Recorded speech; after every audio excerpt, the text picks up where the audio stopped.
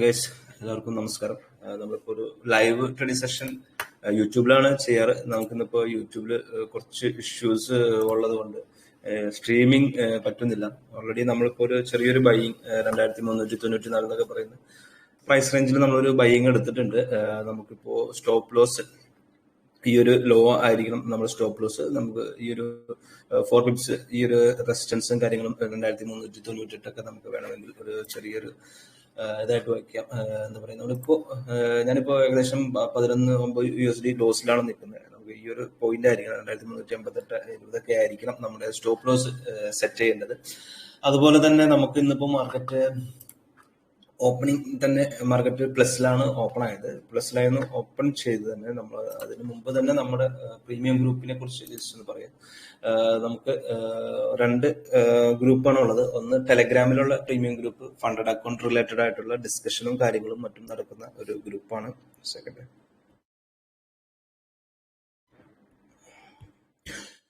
Funded അക്കൗണ്ടുമായി ബന്ധപ്പെട്ട എല്ലാ കാര്യങ്ങളും നിങ്ങൾക്ക് അതിനകത്ത് ഡിസ്കഷൻ നടത്താം. ജോയിൻ ചെയ്യാനായിട്ട് പരമാവധി എല്ലാ ഫണ്ടഡ് അക്കൗണ്ട്സ് ഉള്ളവരെയൊക്കെയാണ് നമ്മൾ മെയിൻലി ആഡ് ചെയ്യാറ്. അതുപോലെ ഫോറക്സ് അക്കൗണ്ട് ഉള്ളവരെ നമ്മൾ ആഡ് ചെയ്യും. അതുപോലെ തന്നെ നമുക്കുള്ളത് പിന്നെ ഒരു വാട്സപ്പ് ഗ്രൂപ്പാണ്. നമ്മളിപ്പോ ഇന്നലെയാണ് ഞാൻ ആ ഒരു പ്രീമിയം ഗ്രൂപ്പ് ജസ്റ്റ് ഒന്ന് സ്റ്റാർട്ട് ചെയ്തത്. ഇന്നലെ 4 കോൾസ് ആയിരുന്നു ഉണ്ടായിരുന്നത്. 4 കോൾസ് ആക്റ്റീവായി എന്ന് വെച്ചാൽ എല്ലാ ദിവസവും കോൾസ് ആക്റ്റീവ് ആവണമെന്നില്ല. നിലവിൽ ഇപ്പോൾ ഒരു വേക്കന്റ് കൂടി, ഒരു സീറ്റ് കൂടി വേക്കന്റ് ഉണ്ട് നിലവിൽ. അതുപോലെ തന്നെ ഞാൻ ഇന്നിപ്പോ ലൈവായിട്ട് അപ്ഡേറ്റ് ചെയ്തിരുന്ന കാര്യങ്ങൾ ജസ്റ്റ് എന്തൊക്കെ ആക്ടിവിറ്റി നടന്നു എന്നുള്ളത് നമുക്ക് നോക്കാം. ഓൾറെഡി ഞാനിപ്പോ ട്രെൻഡ് നെഗറ്റീവ് ആണെന്നുള്ളത് ഞാനൊരു 5 മണിയൊക്കെ ആയപ്പോ 5:25 ആയപ്പോ രാവിലെ മോർണിംഗിൽ അപ്ഡേറ്റ് ചെയ്തിരുന്നു. 2365 മേ ബി ഹിറ്റ് ചെയ്യാം എന്ന്. കഴിഞ്ഞ ദിവസങ്ങളിൽ ഒരു ചെറിയൊരു ലിക്വിഡിറ്റി വന്ന ഒരു ഏരിയ ആയിരുന്നു. പെട്ടെന്ന് തന്നെ ആ ലിക്വിഡിറ്റി മാറിപ്പോവുകയും ചെയ്തിരുന്നു.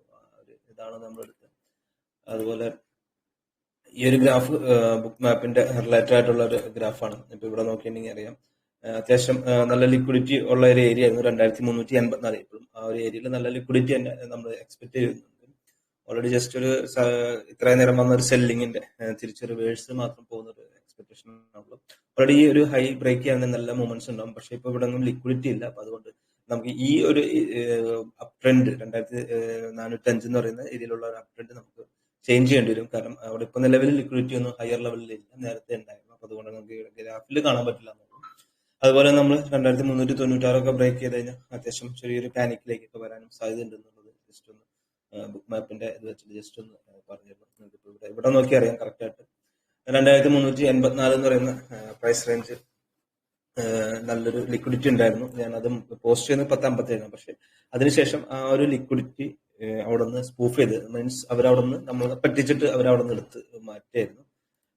നമ്മളിപ്പോ ഓൾറെഡി ബൈങ്ങിലാണ്. ഞാൻ ഈ ഒരു ലോ ആണ് സ്റ്റോപ്പ് ലോസ് ആയിട്ട് ഇട്ടേക്കുന്നത്. 2388 എന്ന് പറയുന്ന പ്രൈസ് ഒരു 93 90 വന്നാൽ വീണ്ടും ഒന്ന് ബൈങ് ആക്ടിവിറ്റി നമുക്ക് നോക്കാവുന്നതാണ്. ഓൾറെഡി ഇപ്പൊ 51 USD ലോസിൽ പോയി. ഇത് ഇന്നിപ്പോ ഒരാള് ഏകദേശം അക്കൗണ്ട് അത്യാവശ്യം നല്ലൊരു ലോസിൽ വന്നൊരു അക്കൗണ്ടായിരുന്നു. അക്കൗണ്ട് ഹാൻഡിൽ ചെയ്യണമെന്ന് പറഞ്ഞിട്ട് തന്നാണ്. ഞാൻ പറഞ്ഞു അതൊരു ഗ്യാരണ്ടിയും വാറണ്ടി ഇല്ല, ഉറപ്പില്ല എന്നുള്ള രീതിയിലൊക്കെ പറഞ്ഞിരുന്നു. നമുക്കിപ്പോ 158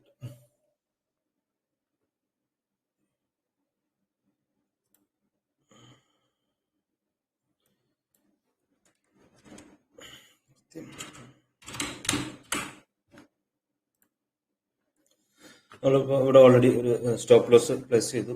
2387 ഒരു റേഞ്ചിലാണ് നമ്മളിപ്പോ സ്റ്റോപ്പ് ലോസ് പ്ലേസ് ചെയ്തേക്കുന്നത്. നമ്മൾ ചെറിയൊരു ലോഡ് സൈസ് മാത്രമാണ് എടുത്തേക്കുന്നത്.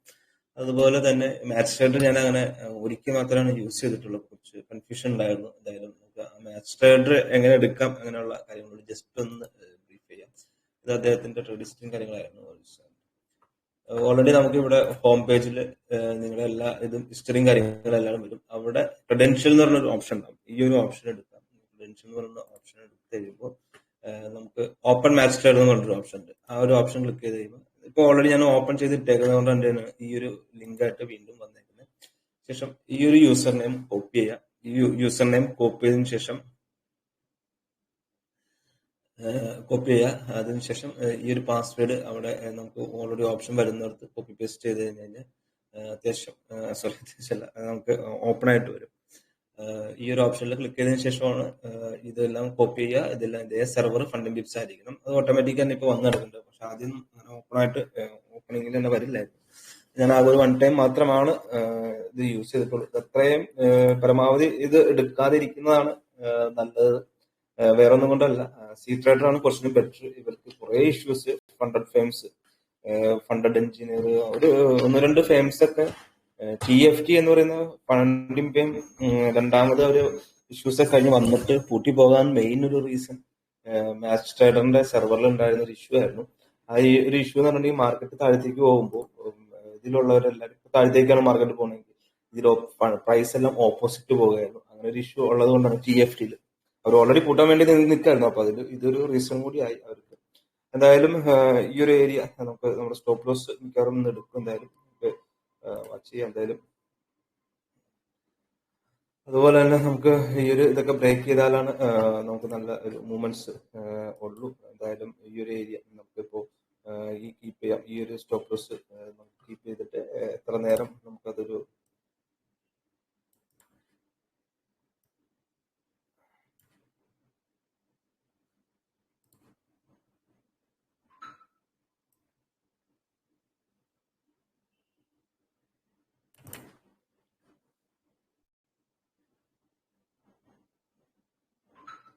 കഴിഞ്ഞ ദിവസങ്ങളിലൊക്കെ നല്ലൊരു ജൂലൈ 8 തുടങ്ങിയുള്ള ഒരു അപ് ട്രെൻഡ് ആയിരുന്നു നമ്മൾ കണ്ടുകൊണ്ടിരുന്നത്. അപ്പോൾ ആ ഒരു രീതിയൊക്കെ മാറ്റം വന്നു. ചെറിയൊരു സെൽ ഓഫ് വന്നു.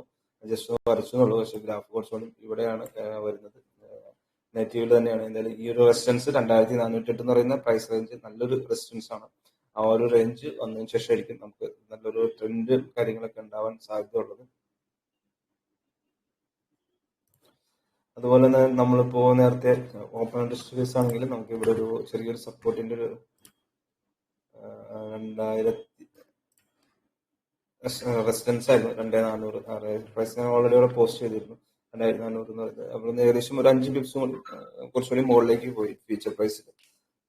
നമുക്ക് ആ ഒരു പ്രൈസ് ക്യാച്ച് ചെയ്ത ചെറിയൊരു സെല്ലിംഗ് മുകളിൽ നിന്ന് നമുക്ക് ഓൾറെഡി കിട്ടിയിരുന്നു. അതുപോലെ തന്നെ നമുക്ക് ഇനിയിപ്പോൾ ഫോറക്സ് ചെയ്യുന്നവരാണെന്നുണ്ടെങ്കിൽ നിങ്ങൾക്ക് അത് തന്നെ നേരത്തെ എപ്പോഴും പറയാറുള്ള പോലെ തന്നെ, കാരണം അത് എല്ലാ ദിവസവും ചെയ്യേണ്ട ഒരു സംഭവം ആയതുകൊണ്ടാണ് എല്ലാ ദിവസവും നമ്മൾ എടുത്ത് പറയുന്നത്.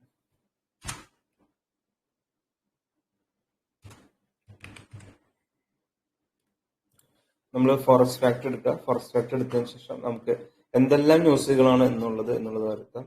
അതെല്ലാം ഫണ്ടിംഗ് പിപ്സ് ആണ്, ആൽഫ ക്യാപിറ്റൽ ഫണ്ടിംഗ് പിപ്സ്, മറ്റ് മൈ ഫണ്ടഡ് എഫക്ട്സ്, ഈ കമ്പനികളെല്ലാം ഫോറക്സ് ഫാക്ടറി അതുപോലെ തന്നെ ആൽഫ ക്യാപിറ്റൽ ഫോറക്സ് ഫാക്ടറിയുടെ കലണ്ടർ ആണ് യൂസ് ചെയ്യുന്നത്. ഈ കലണ്ടർ വേണം എപ്പോഴും നിങ്ങൾ അപ്ഡേറ്റ് ചെയ്യാനായിട്ട്. ഇന്നിപ്പോ ഒരു മീഡിയം ഇമ്പാക്റ്റ് ഉള്ളത് നമുക്ക് ഇന്നത്തെ വൈകിട്ട് 7:30 ഒരു ഏരിയ സമയത്തുണ്ട്. 6 ഹോം സെയിൽസ് ആണ് വരാനുള്ളത്. അത് അത്ര ഇമ്പോർട്ടന്റ് അല്ല. നമുക്ക് ആ സമയത്തൊക്കെ ട്രേഡ് ചെയ്യാം. അതുകൊണ്ടാണ് ആ ഒരു യെല്ലോ കളർ വന്നത്. നമുക്ക് ഞാൻ കഴിഞ്ഞ ദിവസം പറഞ്ഞിരുന്നത് എങ്ങനെ യൂസ് ചെയ്യണം എന്നുള്ളത്. ഇതുപോലെ റെഡിഷ് കളർ വരുമ്പോൾ മാത്രമാണ് നമുക്ക് മാറി നിൽക്കേണ്ട ആവശ്യമുള്ളൂ. നാളെയാണ്, അതായത് ബുധനാഴ്ചകളിൽ വ്യാഴാഴ്ചകളിലാണ് നമുക്ക് ഫോറക്സിൽ ഏറ്റവും കൂടുതൽ ഇതുപോലത്തെ ന്യൂസും ഇമ്പാക്ട് ന്യൂസും കാര്യങ്ങളും എല്ലാം വരുന്നത്. അപ്പൊ അത് എല്ലാവരും ഒന്ന് മൈൻഡിൽ വയ്ക്കാം. അതേപോലെ തന്നെ ഇത് അത്യാവശ്യം നമുക്ക് ലെവൽസ് കിട്ടുന്ന ഒരു സൈറ്റാണ് ഫോർ ട്രേഡ് എന്ന് പറയും. നമുക്ക് ആ ഗോൾഡിന്റെ അനാലിസിസും കാര്യങ്ങളൊക്കെ വരാനുള്ളത്. ഇത് ഇന്നലത്തെ ആണ്. നമുക്ക് ഇന്നിപ്പോ 12:30 നമ്മൾ പുതിയ അപ്ഡേറ്റ് വന്നിട്ടില്ല. നമുക്കൊരു ലണ്ടൻ സെഷൻ സ്റ്റാർട്ടിംഗ് ഒക്കെ ആകുമ്പോഴത്തേക്കും ഇവിടെ ഓൾറെഡി ഒരു ഇത് വരും. അതുപോലെ വീക്ക്ലി അനാലിസിസ് ഒക്കെ നമുക്ക് കാര്യങ്ങൾ എന്താണെന്ന് മനസ്സിലാക്കാനൊക്കെ ആയിട്ട് നമ്മൾ ജസ്റ്റ് ഒന്ന് ഒരു ട്രേഡറെ സംബന്ധിച്ച് മനസ്സിലാക്കി എന്തൊക്കെ കാര്യങ്ങൾ ഗ്ലോബലി നടക്കുന്ന കാര്യങ്ങൾ എന്തൊക്കെയാണ് വിഷ്വൽ ചെയ്ത് നടക്കുന്നത് എന്നുള്ളത് നമ്മൾ മനസ്സിലാക്കാം. പിന്നെ അതുപോലെ നമുക്ക് ഇന്നത്തെ നിഫ്റ്റിയിൽ ഇന്നിപ്പോ ഭയങ്കര ഇതുള്ളത് ബഡ്ജറ്റ് ഡേ ആണ്. ബഡ്ജറ്റ് ഡേയിൽ നല്ലൊരു ഫോൾ ഒക്കെ വന്ന് ഞാൻ എന്തായാലും ബഡ്ജറ്റിന്റെ സമയത്ത് ഒരു ഓപ്ഷൻ ഹെഡ്ജിങ് സ്ട്രാറ്റജി ഉണ്ടായിരുന്നു. ഞാൻ കഴിഞ്ഞ തവണ ചെയ്തിരുന്നു. കഴിഞ്ഞ തവണ മാർക്കറ്റ് പ്രതീക്ഷിച്ച അത്രയും മൂവ്മെന്റ്സ് ഒന്നും ഇല്ലാത്തതുകൊണ്ട് കുറച്ച് പ്രോഫിറ്റ് ആയിരുന്നു. പക്ഷെ പ്രതീക്ഷിച്ച അത്ര പ്രോഫിറ്റ് കിട്ടിയില്ല. അപ്പൊ അതുകൊണ്ട് ഇന്നിപ്പോ ഓൾറെഡി ഫോറക്സിൽ തന്നെ കോൺസെൻട്രേറ്റ് ചെയ്യാം. പക്ഷെ അതിനകത്തൊരു ഇൻട്രസ്റ്റിംഗ് കാര്യം എന്ന് വെച്ചിട്ടുണ്ടെങ്കിൽ ഗോൾഡ് MCXൽ വളരെ ഒരു അട്ടിപ്പൻ സംഭവം നടന്നിട്ടുണ്ട്. ഗോൾഡിൽ എന്തോ ഒരു ന്യൂസ് ഈ ടൈമില് ഞാൻ ഇതൊന്നും കേട്ടില്ല, സ്പീച്ച് ഒന്നും കേട്ടില്ല ബഡ്ജറ്റില്. അപ്പൊ ഇവിടെ നോക്കിയറിയാം ഗോൾഡിൽ ഭയങ്കരമായിട്ടുള്ള ഫ്ലാഷ് മൂവ് ആണ് വന്നിരുന്നത്. അൺഎക്സ്പെക്ടഡ് ആയിട്ട് മൂവ്മെന്റ് ആണ് നമുക്ക്. അതേസമയം നമ്മുടെ ഗോൾഡിൽ നേരെ ഓപ്പോസിറ്റ് ആയിരുന്നു. ഇവിടെ ഈ ഒരു സമയത്തൊക്കെ തിരിച്ച് റിവേഴ്സ് കയറുന്ന ഒരു സമയമായിരുന്നു. പക്ഷെ അതൊന്നും നമ്മുടെ MCXൽ ആ ഒരു ഗോൾഡിനെ ബാധിച്ചിട്ടില്ല. പക്ക ഇതാണ് മാനിപ്പുലേറ്റ് ചെയ്തിട്ടുള്ള മൂവ്മെന്റ്സ് ആണ് MCX ഗോൾഡിൽ നടന്നുകൊണ്ടിരിക്കുന്നത്. ഞാനപ്പോൾ ജസ്റ്റ് ഒന്ന് ഇപ്പോൾ സ്പീച്ചൊക്കെ ഉള്ളതുകൊണ്ട് ജസ്റ്റ് എടുത്ത് നോക്കിയെന്നുള്ളൂ. എന്തായാലും ഇതിന്റെയൊക്കെ ഒരു 2.15 ആകുമ്പോഴേക്കും കൂടുതൽ മാർക്കറ്റിനെ എഫക്ട് ചെയ്യുന്ന ന്യൂസുകൾ, അതുപോലെ തന്നെ 30% വരുന്ന കാര്യങ്ങളൊക്കെ വന്നു ഇല്ല എന്നുള്ളത് അറിയില്ല. ആ കാര്യങ്ങൾ കൂടി അറിഞ്ഞാലാണ് മാർക്കറ്റ് എങ്ങനെ റിയാക്ട് ചെയ്യും കറക്റ്റായിട്ട് അറിയാൻ പറ്റുള്ളൂ. ഇതൊക്കെ ജസ്റ്റ് ഓരോരോ കാര്യങ്ങൾ പറയുമ്പോൾ വരുന്ന കാര്യങ്ങളാണ്. ഇപ്പൊ തിരിച്ച് ഓരോ ജോലി സാധ്യതകളും കാർഷിക മേഖലയിലുള്ള കാര്യങ്ങളെല്ലാം വരുമ്പോഴാണ്. അതുപോലെ തന്നെ ജൈവ കൃഷിക്ക് കൂടുതൽ ഇമ്പോർട്ടൻസ് കൊടുക്കുന്നു എന്നൊരു ന്യൂസ് കണ്ടിരുന്നു. കൂടുതൽ ജൈവ കൃഷിക്ക് ഇമ്പോർട്ടൻസ് കൊടുത്താൽ നമുക്ക് ശ്രീലങ്കയുടെ അനുഭവം പോലെ ആവോ എന്നുള്ളതും കൂടി നിങ്ങൾക്ക് അനലൈസ് ചെയ്ത ആൾക്കാർ ഓരോ കാര്യങ്ങളൊക്കെ അടുത്ത ദിവസങ്ങളിൽ ഇന്ന് വൈകിട്ടത്തോടുകൂടി ഒരു പോസ്റ്റ്മോർട്ടം നടത്തും ബഡ്ജറ്റിന്. അപ്പോഴാണ് മാർക്കറ്റ് റിയാക്ഷൻ കൃത്യമായിട്ട് നാളെയാണ് ഇത് അറിയാൻ പറ്റുന്നത്. നമുക്ക് നമ്മുടെ ഗോൾഡിലേക്ക് വന്നു കഴിഞ്ഞാൽ നമ്മൾ എടുത്ത ഏകദേശം പ്രൈസിൽ തന്നെയാണ് ട്രേഡ് നടത്തുന്നത്. എന്തായാലും ഈ ഒരു ബ്രേക്ക് ഔട്ട് 2398 ബ്രേക്ക് ചെയ്താൽ മാത്രമേ ഗോൾഡിന് നമുക്ക് എടുത്തേക്കുന്ന പൊസിഷൻ കുറച്ചുകൂടി ബെറ്റർ ആയിട്ടുള്ള ഒരു ഇത് ഉണ്ടാവാൻ സാധ്യതയുള്ളത്.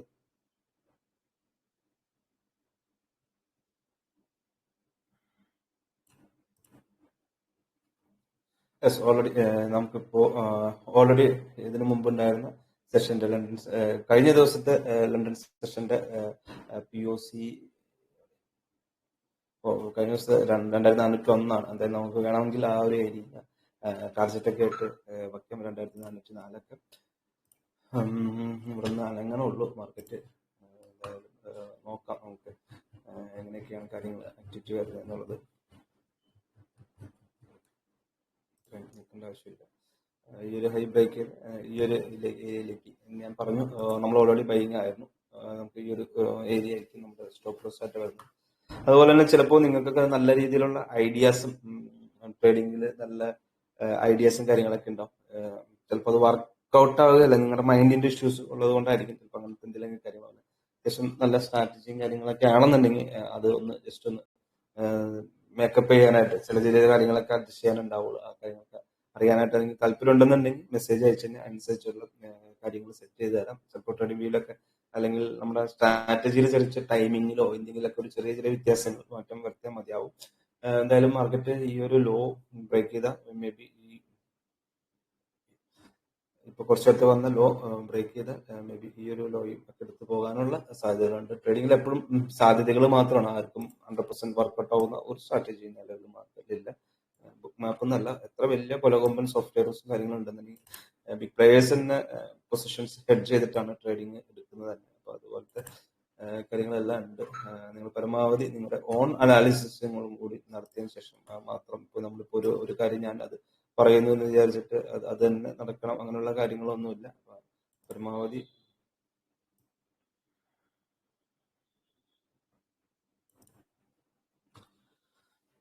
പരമാവധി നിങ്ങളുടെ അനാലിസിസും കൂടി നടത്തുക. അതുപോലെ തന്നെ ഫണ്ടഡ് കമ്പനികളെ കുറിച്ച് ഡൗട്ട്സും കാര്യങ്ങളൊക്കെ ആണെന്നുണ്ടെങ്കിലും അതുപോലെ തന്നെ കമ്പനികൾക്ക് വേണ്ടുന്ന രീതിയിലുള്ള ഓരോ കാര്യങ്ങളും ഇപ്പോൾ നമ്മൾ കമ്പനികളെ കുറിച്ച് പഠിക്കുന്നത് നമ്മുടെ ഫ്രണ്ട് സർക്കിളിലുള്ള ഓരോരുത്തരും പേ ഔട്ട് ഒക്കെ എടുത്തതിന് ശേഷമാണ് ഒട്ടുമിക്ക കമ്പനികളും ചെയ്യാറ്. അതുപോലെ തന്നെ പുതുതായിട്ട് വരുന്ന ഒട്ടുമിക്ക കമ്പനികളും അങ്ങനെ പരീക്ഷണ ഇതിൽ എടുക്കാറില്ല. പക്ഷെ അവരൊരു നല്ല ഗ്രോത്തിലേക്ക് എത്തി എന്ന് നമുക്ക് റിസൾട്ട് കിട്ടുന്ന സമയത്ത് മാത്രമാണ് നമ്മൾ എടുക്കാറുള്ളൂ. അതുപോലെ തന്നെ ടെസ്റ്റിംഗിൽ കുറെ കമ്പനികൾ ഇപ്പോൾ ഓൾറെഡി അക്കൗണ്ട്സും കാര്യങ്ങളൊക്കെ എടുത്ത് പോകുന്നുണ്ട്. ഒന്ന് രണ്ട് ഒരു അസെൻഡെക്സിന്റെ ഒരു പേ ഔട്ട് കിട്ടാനുള്ളത് കൊണ്ട് കുറച്ച് ഇതിലാണ്. കാരണം ഏകദേശം 3000 USD അടുത്ത് പേ ഔട്ട് കിട്ടാനുണ്ട്. അവർ MT5 നിന്നും സീറ്ററിലേക്ക് മേറിയ സമയത്ത് അവരൊരു ഇത് കൊടുത്തിട്ടുണ്ടായിരുന്നു.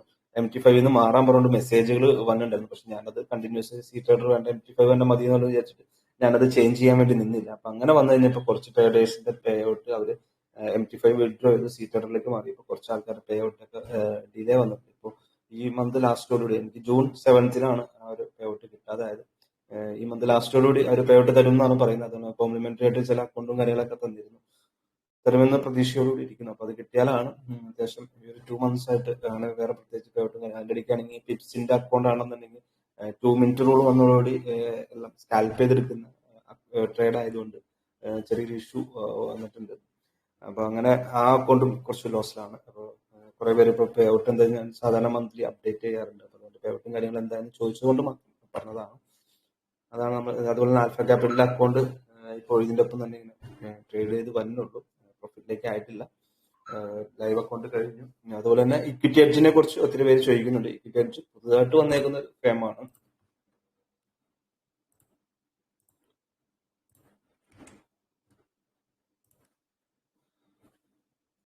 ഇക്വിറ്റി എഡ്ജ് പുതുതായിട്ട് വന്നേക്കുന്ന ഒരു ഫേമാണ്. ഇതിൽ ഇപ്പോൾ ഞാൻ പേ ഔട്ട് എടുത്തിട്ടില്ല, പ്രത്യേകിച്ച് കുറെ പേരെ ഞാൻ പേ ഔട്ട് എടുത്തു നിലവിൽ ഞാൻ ഇക്വിറ്റി എഡ്ജിൽ പേ ഔട്ട് കാര്യങ്ങളോ ഒന്നും എടുത്തിട്ടില്ല.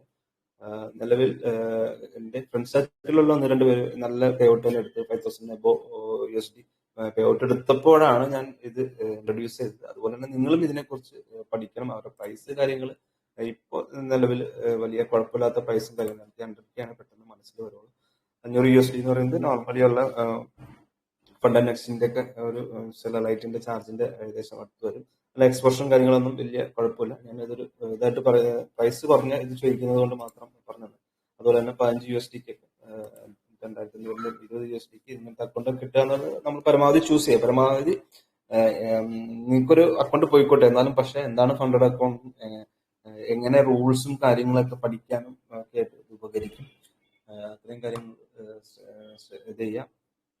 അതുപോലെ തന്നെ ഫണ്ടിംഗ് ടിപ്സ് ആണെങ്കിൽ പുതിയ റൂൾസ് ഓരോ ദിവസം മാറിക്കൊണ്ട് ഇനിയിപ്പോൾ ഒരു ഓഗസ്റ്റോടുകൂടി അവരൊന്ന് സ്റ്റഡി ആവും. സ്റ്റഡി ആയതിനു ശേഷമായിരിക്കും അവർക്ക് കുറെ ഇഷ്യൂസ് ഉണ്ടായിരുന്നു, അതൊന്ന് സ്റ്റഡി ആയതിനു ശേഷമായിരിക്കും മാർക്കറ്റിൽ കൂടുതൽ കാര്യങ്ങൾ അവർ ഇൻട്രൊഡ്യൂസ് ചെയ്യാനൊക്കെ സാധ്യതയുള്ളൂ. ഓൾറെഡി നമ്മളിപ്പോൾ എടുത്തിരുന്ന പൊസിഷൻ ഈ ഒരു 95-ലായിരുന്നു. എന്തായാലും ഡൗൺവേർഡ് വരെയാണ്. നമുക്ക് നോക്കാം എങ്ങനെയാണ് വരിക പൊസിഷൻ.